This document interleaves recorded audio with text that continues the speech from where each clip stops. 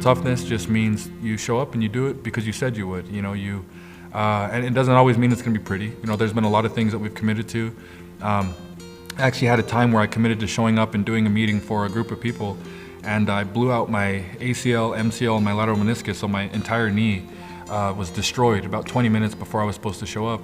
And I remember Kulia telling me, because she's amazing, she was like, well, I'll just go do the meeting, don't worry about it.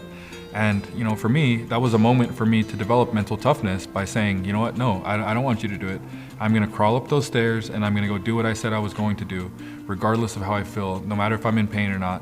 And I did that, and I truly believe that mental toughness is really just developing confidence in yourself and belief in yourself, knowing that it doesn't matter what challenges come your way, but knowing that no matter how big the challenge, that you're even bigger. Yeah. And I think that's mental toughness. And and I just choose to believe that I think also mental toughness comes from me knowing my ancestry, my ancestors and where they come from and the things that they went through.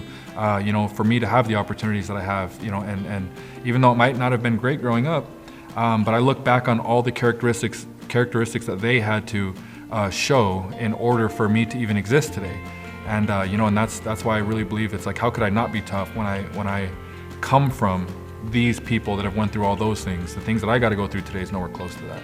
Yeah, I think mental toughness is just, understanding that it's okay to not be okay. Yeah. And really just following through on your commitments because you made the commitment to be able to do it. And I think that inspires people to be able to be mentally strong and understand that, maybe there is a gap that they can continue to fill, because there's physical barriers and there's mental barriers, right? And a lot of the times people don't move forward in anything, or they don't follow through on a commitment in anything, is because there's so many mental barriers. And so our goal is to be able to help people figure out, okay, is this a physical barrier where you physically cannot do it, or is it more so a mental barrier, right? Because that's really half the battle, is getting out of the 6 inches between your ears and just knowing that you're stronger than you think that you are. Right. There's crazy statistics that have been done and crazy experiments that have been done about when you blindfold people and you put weights on their weight and they're benching, and they can bench so much more because they don't actually see where they're going. Or you have someone, crawling across the football field, and you blindfold them, they actually end up going so much more than they think that their body can handle,